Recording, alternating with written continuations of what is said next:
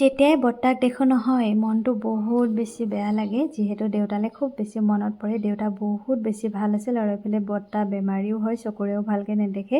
এইফালে যে মোৰ বৰমা, দিনত বা ঘৰত খালোঁ, জেঠাই ছোৱালী দুজনীও আহিছিল আৰু ৰাতিকৈ বৌয়ে ফোন কৰি মাতিছিল বৌহঁতৰ ঘৰত খাবৰ কাৰণে, মানে বৰ্তাৰ ঘৰত খাবৰ কাৰণে।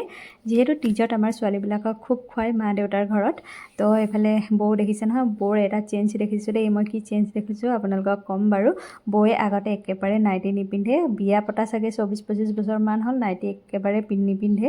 এতিয়া প্ৰথম পিন্ধিছে, বেছি দিনো হোৱা নাই, 4-5 মাহ হৈছে। মই সেইটো কথাকে কৈ আছিলোঁ বৌক। তাৰপিছতে আমি ইয়াতে খুব এনজয় কৰিলোঁ, মানে নাচিলোঁ। যিহেতু তীজ বুলি ক'লে নচাটোৱে মেইন বুলি ক'ব পাৰি আৰু।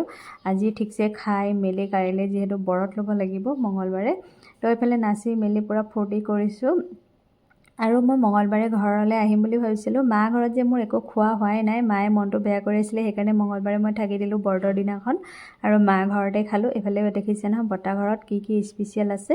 আমাৰ যিটো মেইন ট্ৰেডিশ্যনেল ফুড সেইটো মাংস, লগতে দালি, চব্জি সকলোখিনি। তো এনেকৈ আমাৰ তীজ স্পেচিয়েল পাৰ হ'ল। আজিলৈ আহোঁ, বাই বাই।